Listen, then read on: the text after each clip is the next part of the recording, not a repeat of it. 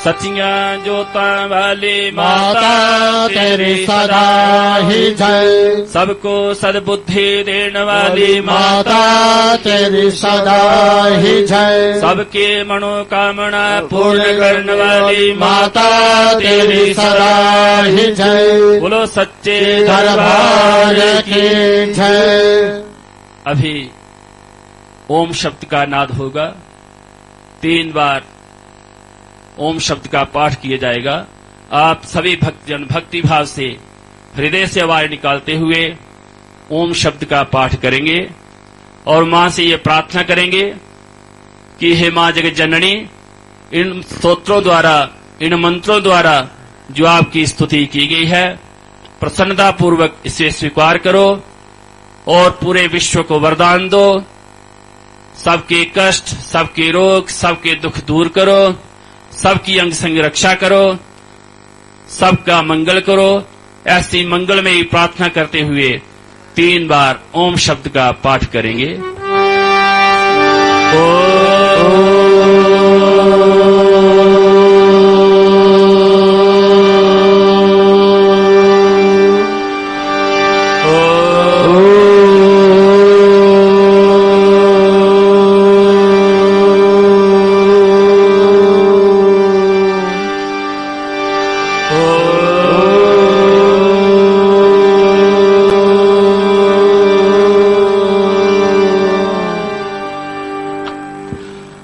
धर्म प्रेमी भक्तजनों, आज मां भगवती जी की अपार कृपा से आप सभी भक्तजन मां के चरण में उपस्थित हुए हैं। मां का स्तोत्र पाठ, मां के मंत्रों के पाठ, मां का कीर्तन, मां का सत्संग कर रहे हैं। धर्म प्रेमी भक्तजनों, व्यक्ति को चाहिए कि वे जब भी कोई शुभ कार्य करे, अनुष्ठान करे, जप करे, तप करे, कोई भी किसी प्रकार की पूजा करे, तो उसमें दिए हुए नियमों का पालन करे। क्योंकि जब तक हम अनुष्ठान के जप विधियों के नियमों का पालन नहीं करते, तब तक उसमें हमें सिद्धि प्राप्ति नहीं होती। विषय विकारों का त्याग कर करके यदि हम अनुष्ठान करते हैं तो तभी उसमें हमें सिद्धि प्राप्ति होती है। इसके विपरीत यदि हम घर में किसी भी विद्वानों को बुला करके या यप यज्ञ तप करवाते हैं और उस अनुष्ठान में, उस जप या तप में किसी प्रकार का हम क्रोध या मोह, लोभ, इन विषयों का हम संगति कर लेते हैं, तो हमें उसमें सिद्धि प्राप्ति नहीं होती, अपितु विपरीत उसका फल मिल जाता है। क्योंकि अनुष्ठान में हमें ब्रह्मचर्य का पालन करना होता है, क्रोध का त्याग करना होता है, मोह लोभ का, इन सब का त्याग करके जब यदि हम अनुष्ठान करते हैं तो हमें अवश्य उसमें परम सिद्धि की प्राप्ति होती है। पूर्व काल की बात है, कौशल देश में एक देवदत्त नामक ब्राह्मण हुए हैं। वे ब्राह्मण बड़े ही विद्वान थे, धन धान्य से परिपूर्ण थे, सभी प्रकार की यज्ञ विधियों को जानने वाले थे, सब प्रकार के सुखों के साथ अपना जीवन व्यतीत कर रहे थे। परंतु उनके मन में सदा एक दुख बना हुआ था, उनकी कोई संतान नहीं थी। संतानहीन होने के कारण वे सदा दुखी रहते थे। बाकी जितनी भी सुख सुविधाएं उन्हें प्रसन्न नहीं करती। वे जब तब पूजा पाठ भी करते रहते थे, फिर भी उनके घर में कोई संतान नहीं हुई। तब उन्होंने विचार किया कि मैं स्वयं ही इतना विद्वान, शास्त्रों का ज्ञाता हूं, क्यों न मैं विद्वान ब्राह्मणों को, विद्वान ऋषि मुनियों को बुला करके पुत्रष्टि यज्ञ करवाऊं, जिससे मुझे अवश्य ही पुत्र की प्राप्ति होगी। तब उस देवदत्त ब्राह्मण ने गोभिल आदि ऋषियों को बुला करके पुत्रेष्टि यज्ञ करवाने का निश्चय किया। तमसा नदी के तट पर यज्ञ वेदी का निर्माण किया गया।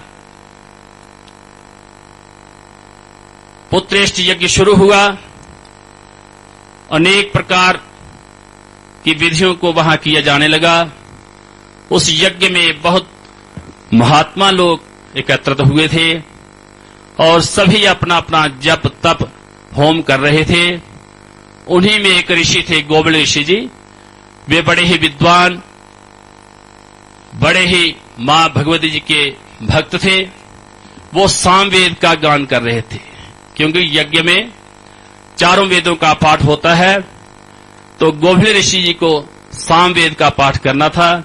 वे सामवेद का पाठ कर रहे थे।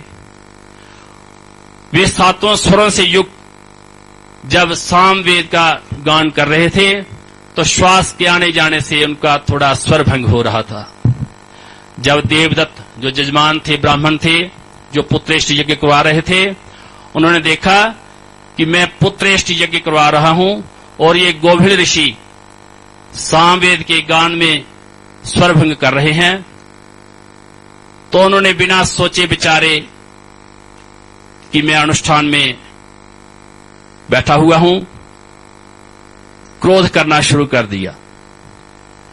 क्योंकि अनुष्ठान में जब क्रोध, ब्राह्मण या जजमान यदि क्रोध कर ले तो उस यज्ञ का फल जो विपरीत हो जाता है। देवदत्त ब्राह्मण ने उन गोभिल ऋषि के ऊपर क्रोध किया और उनको बड़े ही अपमानजनक शब्द कहे। उन्होंने कहा, गोविल ऋषि, आप तो मूर्ख हैं, आप अनपढ़ हैं, आप सामवेद का गान कर रहे हैं और उसमें आपका स्वर भंग हो रहा है। जब गोभिल ऋषि ने देखा कि भरी सभा में विद्वानों की मंडली में बैठे हुए इस जजमान ने मेरा अपमान किया, तो गोभिल ऋषि जी को भी बड़ा क्रोध हुआ। उन्होंने कहा, देवदत्त ब्राह्मण, आप पुत्रेष्टि यज्ञ करवा रहे हो और आपने मेरा घर में बुला करके मेरा अपमान किया है। क्योंकि श्वास जो हैं वो अपने वश में नहीं है, वे स्वतः ही आते जाते रहते हैं और श्वास के आने जाने से जो मेरा स्वर भंग हुआ है उसमें मेरा तनिक भी दोष नहीं है। तब गोविल ऋषि ने क्रोध में आकर देवदत्त ब्राह्मण को शाप दे दिया। क्योंकि देवदत्त ने अनुष्ठान में क्रोध किया था। क्रोध से मूढ़ भाव जो उत्पन्न होता है, जो कि शास्त्रों में कहा है, क्रोधात् भवति सम्मोह, सम्मोह स्मृति विभ्रमः, स्मृति भंशात् बुद्धिनाशो, बुद्धिनाशात् प्रणश्यति। क्योंकि जब व्यक्ति को क्रोध आता है तो उसकी स्मृति जो है भ्रमित हो जाती है, और जब स्मृति भ्रमित हो जाती है तो उस व्यक्ति की बुद्धि नष्ट हो जाती है, और बुद्धि के नष्ट हो जाने से व्यक्ति बिना सोचे समझे विपरीत कार्य करता है और उसका पतन हो जाता है। इसलिए देवदत्त के क्रोध करने पर गोविल ऋषि ने उनको शाप दे दिया कि आप एक विद्वान पुत्र की प्राप्ति के लिए यज्ञ करवा रहे हो। आपके पुत्र तो अवश्य होगा, परंतु वे बड़ा ही मूर्ख पुत्र उत्पन्न होगा। जब देवदत्त ब्राह्मण ने देखा, मैं तो पहले ही संतानहीन हूं और पुत्रेष्टि यज्ञ करवा रहा हूं, उस पे गोविल ऋषि ने मुझे ये श्राप दे दिया, वे बड़े दुखी हुए। वे तुरंत ही,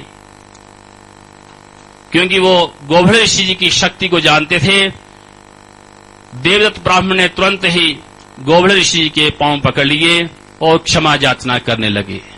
कहने लगे, हे ऋषि, हे भगवान, आप तो बड़े ही महात्मा हैं, बड़े ही मां के उपासक हैं।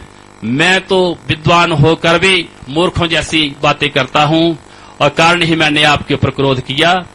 मैं पहले से ही संतानहीन होने के कारण बड़ा ही दुखी हूं और उसके ऊपर आपने मुझे शाप दे दिया है।